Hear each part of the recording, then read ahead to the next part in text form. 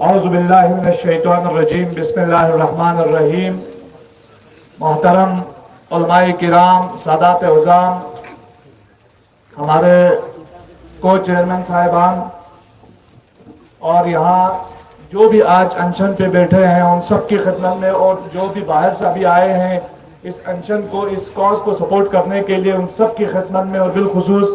جمعیت العلماء اثنا عشریہ کا جو علماء کا وفد آیا ہے، حجت الاسلام شیخ غلام علی صاحب کی قیادت میں، نائب صدر کی قیادت میں، آپ سب کا استقبال کرتے ہیں ہم، اور شکریہ بھی ادا کرتے ہیں کہ وقتاً فوقتاً جب بھی اس کاز کو سپورٹ کرنے کی، یوٹی بننے کے بعد سے جو عطاف لداخ کے لوگ جیل رہے ہیں، اس عطاف سے نجات دلانے میں، جس یونٹی کا مظاہرہ کرنے میں آپ لوگوں نے تعاون دیا،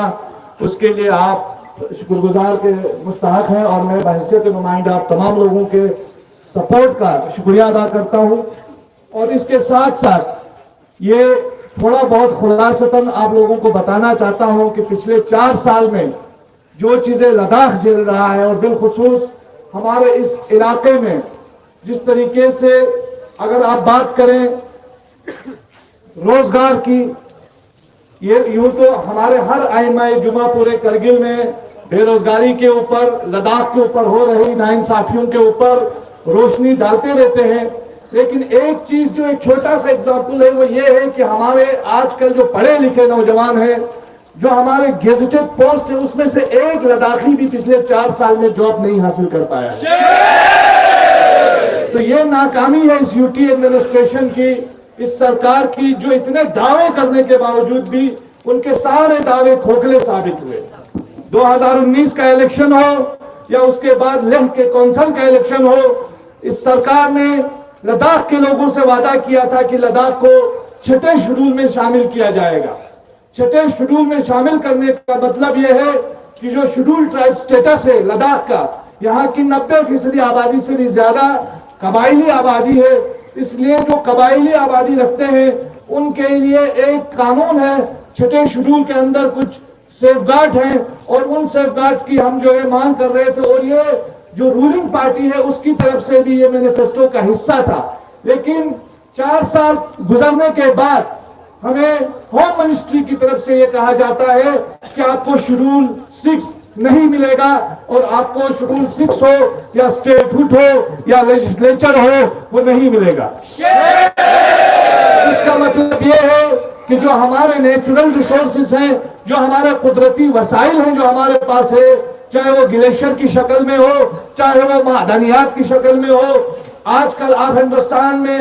آئے روز خبروں پہ بھی سنتے ہوں گے، اس ملک کے اندر جو بڑے بڑے سرمایہ کار ہیں، جو بڑے بڑے کارپوریٹ ہیں، ان کے سامنے ایئرپورٹ بھی بک رہا ہے، ریلوے اسٹیشن بھی بک رہا ہے، ہر چیز بیچی جا رہی ہے۔ تو اب 6 شیڈول نہ دینے کی وجہ سے یہ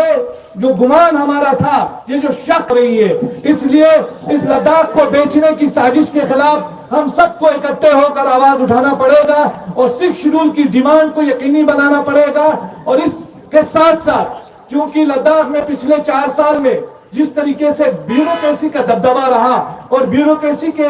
نیچے عوام کے جو حقوق تھے، عوام کی جو امنگیں تھی، یا عوام کی جو آواز تھی، وہ سرپ ہوتی ہوئی ہمیں نظر آئی۔ اس لیے اس چیز کو مد نظر رکھتے ہوئے عوامی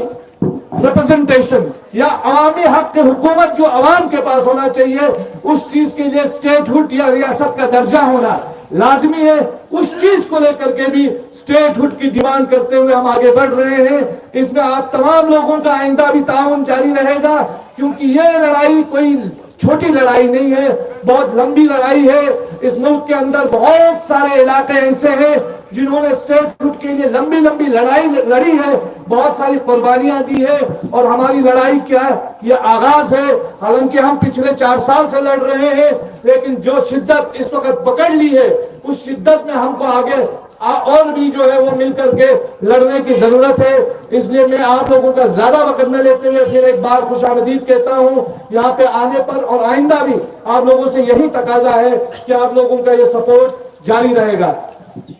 بہت بہت شکریہ۔